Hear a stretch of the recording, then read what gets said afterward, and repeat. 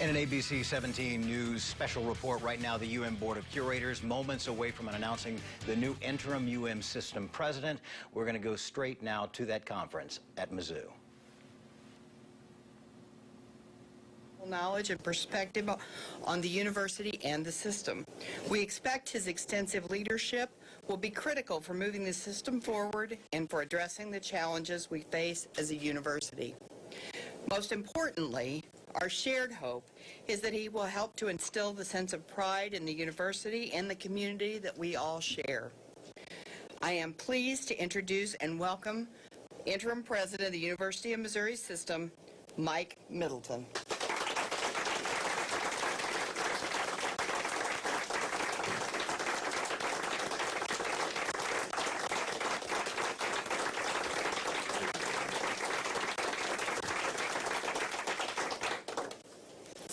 Thank you so much, Curator Hendrickson. Let me first say how honored I am to be appointed to this role as interim president of the University of Missouri System. This is an incredible institution that engenders a high level of pride in all affiliated with it. I speak from firsthand experience as I've been a part of this community for over 30 years, both as a professor and an administrator, but first as an undergraduate student, graduating in 1968, and then a law student, graduating in 1971. I have seen the system grow and excel over the years, and I look with great optimism to the future. The mission of our great university is to discover, disseminate, preserve, and apply knowledge. To this end, we must confront many uncomfortable societal issues that, once confronted, will make us stronger. We all know that the university has faced its share of troubling incidents, and we recognize that we must move forward as a community. We must embrace these issues as they come, and they will come to define us in the future. This is a learning experience for us all. We must tighten our focus, improve our culture and climate across all of our campuses, and share in the responsibility to see our university advance in healthy ways built upon respect for others. I completely understand the frustration of our students, faculty, staff, and community. As a founder of the Legion of Black Collegians when I was a student here, I delivered a list of demands to the chancellor in 1969. I was an administrator at Mizzou in 2005 when the Legion of Black Collegians presented another list of demands to administration. And most recently, we received a list of demands from Concerned Student 1950. It is clear to me that a first step is to devote our attention to addressing those demands. It is imperative that we hear all of our students and do everything we can to make them comfortable and safe in our community. As a system of 4 campuses, each of us with our own unique cultures, I see this appointment as a great opportunity to embody the highest ideals of the University of Missouri System. More importantly, it's my hope that together we can behave in ways that justify the sense of pride in this university that we all share. Let me make it clear, though, that one thing will not be tolerated, and that is harmful or hurtful actions to any members of our university community. Any incidents will be addressed swiftly, and any party involved will be held accountable for their actions. I look forward to leading and participating in discussions with students, faculty, staff, and alumni to drive us forward. There is so much passion at the university that we can draw on to make the changes that will improve the education and experience for all members of our community. As the system's interim president, I look forward to collaborating with the chancellors and their leadership teams at each of the 4 campuses. And I look forward to working with Missouri's state leaders as we collectively move our university forward, built on inclusion and pride, but most importantly, based on respect for one another. Thank you.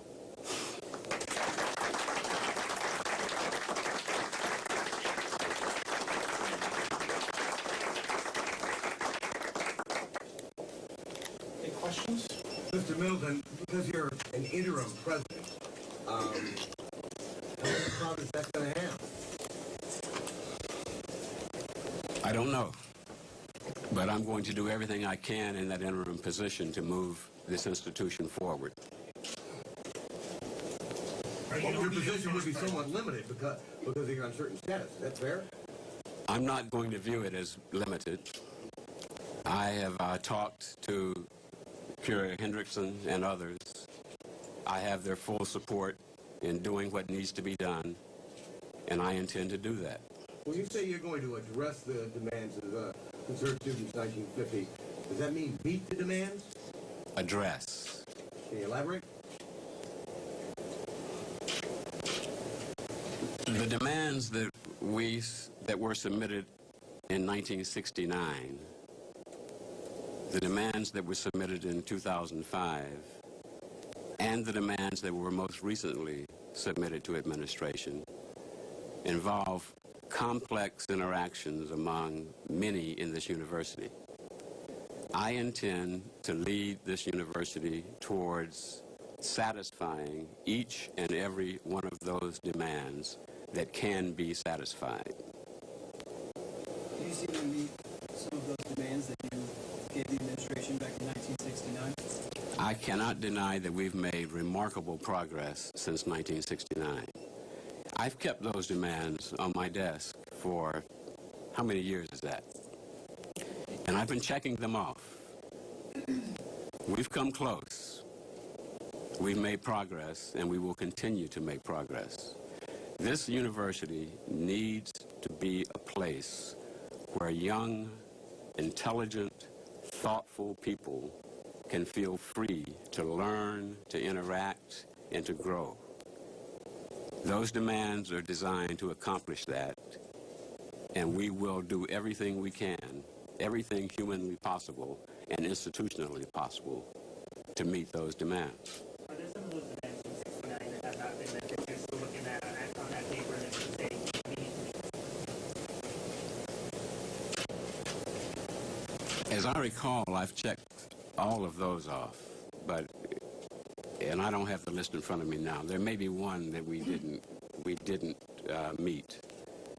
But I guarantee you, the ones we don't meet, we will explain why they couldn't be met. Hopefully to the satisfaction of the students. What can we expect from you in the short term, say over the next 60 days or so? Well, I intend to implement the initiatives that the board has already authorized. That is, appointing a chief diversity officer for the system, engaging in much greater activity to increase the proportion of faculty of color on this on all campuses. I'm tired. I don't remember. There were 4. There were 4. Policy review. The collected rules and regulations of the university need to be examined. We need to ensure that what we are doing institutionally, structurally, systemically, accommodate the needs of our students. We will do that. Are you interested in the permanent position? At the moment, No. Sir, I understand as Deputy Chancellor you were involved with diversity issues and spent a lot of time on that. What broke in this circumstance? I mean, what wasn't working? I mean, you worked for years on that, and yet these students still felt insecure, or unsafe here. Yes, I was Deputy Chancellor for about 17 years through 2 administrations. And I did work on these issues as Deputy Chancellor. But I had a number of other responsibilities, so my complete focus could not be devoted to these issues. But in addition, even had my complete focus been on these issues, there were severe resource limitations at the university. It was extremely difficult, if not impossible, to get the institution to devote the kinds of resources necessary to have a significant impact on this problem. But as I have to remind you, this problem is centuries old. And this problem is going to take years to solve, if it can be solved. I think it's important now, and I think that our attention has been drawn to the magnitude of the problem. I think we're at an opportune moment to take some giant steps forward to move this issue far beyond where it has been moved in the past. And I'm committed to doing that. Have you met with members of Concerned Student 1950, or do you plan to meet with them in the near future? I have been meeting with members of Concerned Student 1950 for several weeks. And recall, members of Concerned Student 1950 are students at the University of Missouri. And so I have met with members of that group before the group existed, talking about these issues. I will meet with Concerned Student 1950 after this press conference, if they're here. And I will continue to meet with them until we can devise a solution. Several years ago, a descendant of James Rollins gave the university a contribution to set up a slavery atonement endowment. He had to struggle to keep the words slavery atonement in the title because of resistance within the administration and maybe a news bureau. How do you root out that kind of unwillingness to face the past? Better education of our administrators, better education of our faculty, better education of our students. When I learned of the concern that had been expressed to Mr. Mannering, who was the donor on that slavery atonement fund, my immediate reaction was, call it what he wants to call it.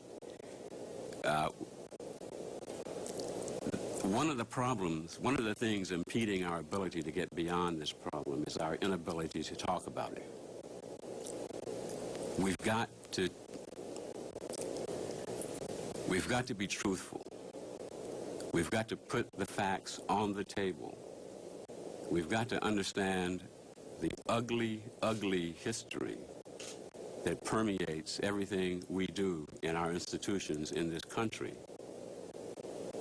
And once we get the truth on the table, I think we're poised to reconcile those differences and move forward.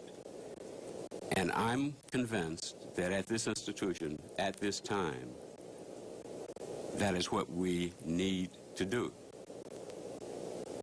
President Middleton, do you think you were chosen because you were an African American, or asked to be interim president because you're African American? And what impact do you think you'll make because you think that'll help ease racial tensions on the campus? That's a complex question.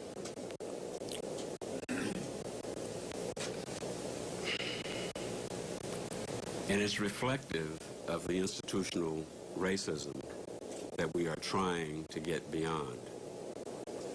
I suspect that my color will be met with much criticism from parts of our community.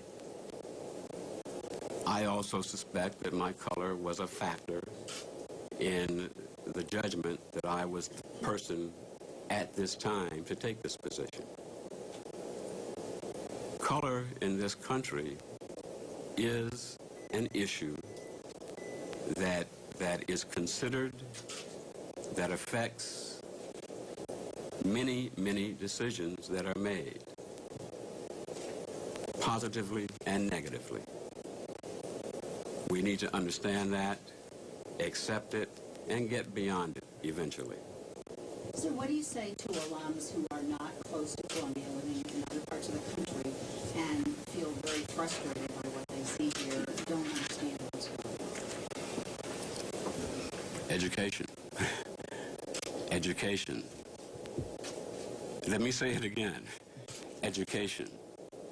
We need to talk about this. We need to come together, let our guard down, sit across the table, person to person, and respectfully discuss these issues and move beyond them.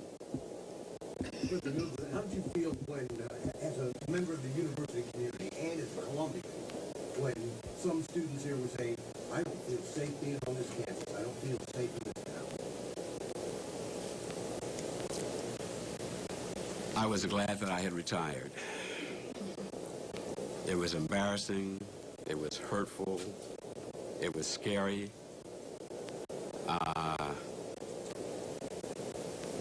It crossed my mind that my 30-year career here had been a total failure. But then I recognized how deeply rooted this problem is in our culture. And I realized that there was nothing I could do as an individual, even after 30 years of involvement, actually about 60 years of involvement if you look at my life story. There was nothing I could do as an individual to change it. And so I'm energized. We need to get our community together, working together to move us forward on this issue. What do you So- think prospective students who have also nationwide been witnessing this? Do you think that some of these protests and these actions by other members of campus are going to drive people away from it? No. I think students understand that this is not unique to Mizzou. It is unique to Mizzou only because we happen to be the one that got the first national attention. But if I've been looking at news reports, this is happening all over the country. So I would say to potential students, if you think you can go to a university somewhere else, please think again. And please come here, because we are serious about being the university system that steps forward and becomes a leader in dealing with this problem. Mr. Middleton, you mentioned that it came across your mind that maybe a 30-year career had been failure, but then you realized that how deeply rooted the problem were.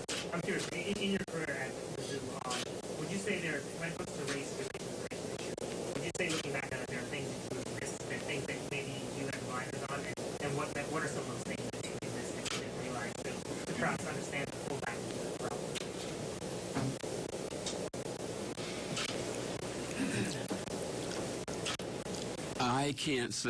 I can't identify anything that I personally missed.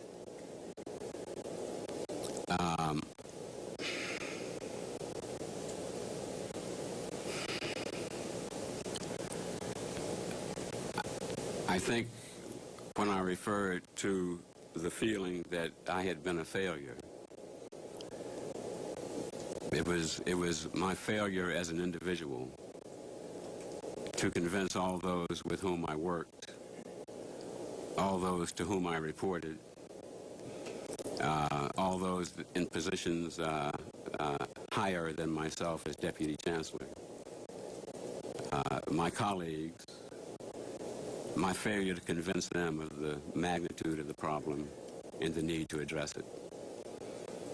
Mr. Middleton, there's been some controversy over what's been so-called the safe spaces on campus. What role do you think safe spaces have here? I think safe spaces are critical. I think students need spaces where they can feel comfortable, where they can interact without fear. But I think if you're asking in the context of the First Amendment and free speech issues, that's a very delicate balance. Both are essential to our way of life in this country. And the trick is to find that balance, that point at which you are accommodating both interests as much as you can. What is the message to students on this campus who may be worried about threats and vandalism this morning? As I said, those kinds of incidents will be investigated quickly, dealt with quickly, and the people responsible will be held accountable. MUPD is an amazing law enforcement agency. They are on the job. They will do what they can to apprehend offenders and bring them to justice. But MUPD cannot be everywhere. They cannot walk hand in hand with every student. This is a tense situation. So what I can say to them is be careful. Be careful. Report anything you see. Cooperate with MUPD. And hopefully at some point, this kind of turmoil will dissipate. The board voted to take Chancellor Lofton out of that role immediately rather than waiting to the end of the year to do that transition. Why is that? You'd have to ask the board about that. And frankly, I don't want to get mired down in discussions of anything that happened prior to today. I'm moving forward. I'm trying to build this institution, to rebuild this institution with a with a remarkable team of folks here at the system, remarkable teams of people on all 4 campuses that are committed, or as committed as I, to making this university a national leader in this area. In your time with the university, did you personally ever feel marginalized because of your race as either a student, a faculty member, or an administrator? Every day. In all 3 capacities.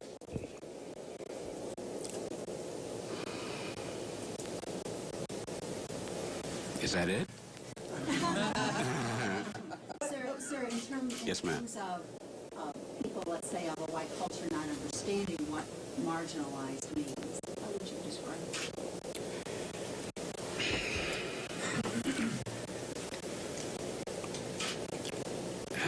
Boy, that's a complex question. And that's what a lot of people, I think, Yeah. are talking about. It's, you know, it's so subtle. I think women understand it. I think people with a sexual orientation that is not a male-centered perspective on sexuality understand it. I think other people of color understand it. I think folks in power, in the majority, who have never lived it and never experienced it, have difficulty understanding it the way those of us who have been minoritized do. But it is just the feeling of not being heard, not being respected, being placed at the margins of what's really happening in the world. And it happens. And it happens inadvertently. No one is to blame for this. I remember as a child reading the Brown versus Board of Education decision. And there was a statement in that decision that segregation in public schools did damage to the hearts and minds of Negro children in ways unlikely ever to be corrected. I think they missed a point. Segregation in public schools, Jim Crow laws, and if you go back to the beginning, slavery, that whole continuum did damage to the hearts and minds of all children in ways unlikely ever to be corrected. So I sympathize with white people who don't understand. I don't blame white people who don't understand. I blame our ugly history, and I think it's important that we learn that history and understand it so that we can get beyond that history and build the institution and the country that we imagined rather than the institution or country that is. Poignant and powerful words now from the interim president of the University of Missouri System, that is Mike Middleton, and we're going to learn more about him and have a full report for you coming up on ABC 17 News at 5 o'clock. Join us then.